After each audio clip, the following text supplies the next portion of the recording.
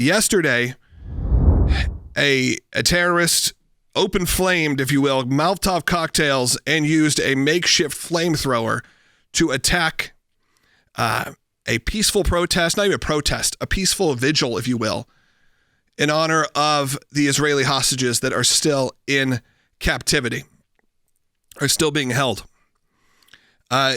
We can't let this continue on. This can't be the way America continues on. This is, you should not have a problem walking down the street showing your Judaism, honestly, showing any of beliefs, showing if you are a Muslim or whatever it may be, a Christian wearing a cross, wearing a Star of David, wearing a yarmulke, wearing a hijab. Because we have built a different kind of country. But unfortunately, here we are, where attacks are happening in Colorado, in Washington, D.C., and these are just sort of the top headline ones. Of course, we remember even the governor of Pennsylvania, Josh Shapiro, his house was essentially firebombed also, destroyed over Passover. And it all coexists and combines in a moment where you feel like there is this misunderstanding because so many people conflate all of Judaism with the state of Israel and the government of Israel. And look, I'm a Zionist. That was not a dirty word 2 years ago. Now it is.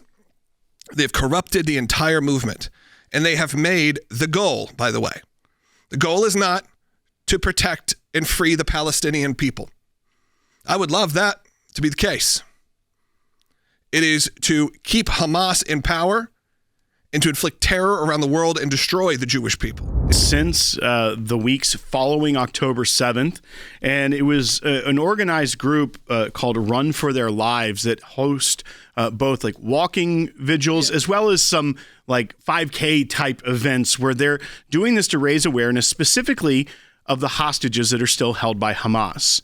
And this isn't some like support the government of Israel group. This is specifically about the hostages. And I think that's also something to point out. There are many groups that are very pro getting the hostages home, raising awareness, that are even critical of the Israeli government for their response. So even in that light, the hostage issue is in many ways politically been separated from support for the Israeli government. But this individual was an Egyptian man. He was here illegally. He had overstayed a visa under the Biden administration, came here on tourist visa, overstayed, never went home, has been here for years now. And he was shouting Free Palestine, some things that we're unable to say on the air about Zionism and about you killing children, so we will kill you, things of that effect. And this was at a crowd of people where the 8 injured were ages 52 to 88. And that 88-year-old individual was a Holocaust survivor that is advocating for hostages, someone who is living out the message of never again, someone who survived the Holocaust and is now advocating for those that is the worst killing of Jews since the Holocaust, October 7th, advocating to bring home hostages. And on American soil in Colorado, she is set on fire. I saw one of the sort of pro-Zionist commentators I follow on social said something, and you've been screaming the Free Palestine and all of that. Well, guess what? You got it. And here's what it looks like in America. They won. Doesn't mean we can't say this is not right. Doesn't mean we can't call it out. Doesn't mean we have to stop it. Because we do. And again, I'm saying that for all people. Not just Jewish Americans, not just Jewish Israelis, Arab Israelis, people in the Palestinian territories who are under great oppression, who are not free to do what they want to do. All of this has got to stop. But when it starts showing up on our soil, it is different. I do treat it a little differently. This weekend, CNN, the Associated Press, New York Times, many other outlets took from Hamas's media and their Ministry of Health a story that, and this was the original CNN headline, at least 26 Palestinians were killed after Israeli forces opened fire near a Gaza aid distribution center, the Palestinian Red Crescent Society said.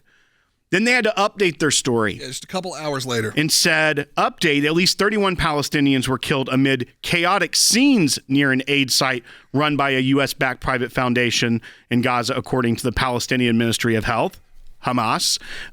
CNN cannot independently verify who was responsible for the deaths. The health ministry blamed the Israeli military. The IDF denied firing on civilians, calling such accusations false reports. Here's the truth. This is from Ambassador Huckabee, because the world was looking at this. And what happened after this, just a day after all these reports came out of what was a barbaric report that potentially Israel just started indiscriminately shooting at civilians trying to get humanitarian aid. You saw this in Boulder, Colorado. You saw firebombing. You saw a flamethrower. You saw intifada in America. What do we find out today? This is from Ambassador Huckabee in an official release. This talking about the reckless and irresponsible reporting by major U.S. news outlets are contributing to the anti-Semitic climate that has resulted in the murder of 2 young people at an Israeli embassy event in Washington, D.C., and the attempted murder and terror attack on a group of pro-Israel demonstrators in Colorado on Sunday. Without verification of any source other than Hamas and its collaborators, New York Times, CNN, and AP reported that a number of people seeking to receive humanitarian food boxes from the Gaza Humanitarian Fund were shot or killed by the IDF. These reports are false. But we know that it's not just Boulder, Colorado. We know that across the country, especially the hotbed of this is university campuses, that there are Jewish students that do not feel safe on campus because they are Jewish, not because of their political affiliations, not because of their support or non-support of Israel. It doesn't matter.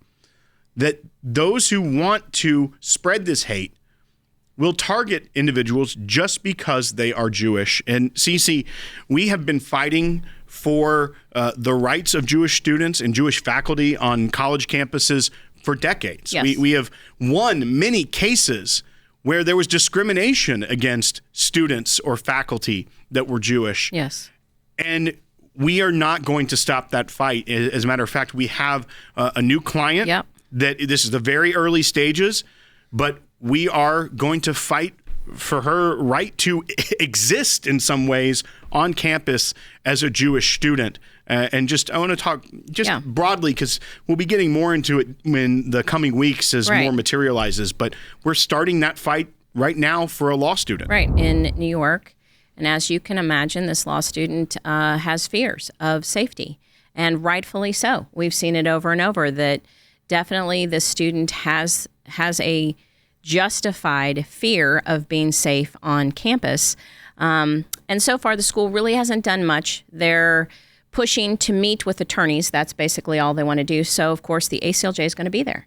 So if this student's going to meet with the school attorneys, the ACLJ is going to be representing the student, and we will be there and hopefully have a good outcome. Like you said, we've been doing this for decades, and we are very successful at it.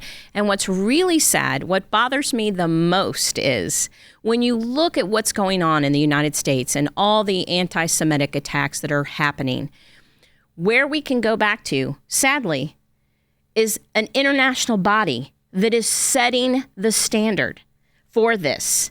At the United Nations, the most anti-Semitic rhetoric and attacks come out of an international body that should be standing for human rights, but they're actually setting the example, and I would say even emboldening these people to make these attacks because of what they do and how they attack Israel constantly at the United Nations. They do it over and over again. There are more resolutions condemning Israel than any other member state, 193 member states at the United Nations, and Israel gets condemned over and over. And the ACLJ and the ECLJ, our European Center for Law and Justice, stand up for Israel over and over and over again. We just did it last week. We will continue to do so because we're not going to stand for this. We can't have an international body that's basically telling the world this is okay. At the ACLJ, we put it on paper.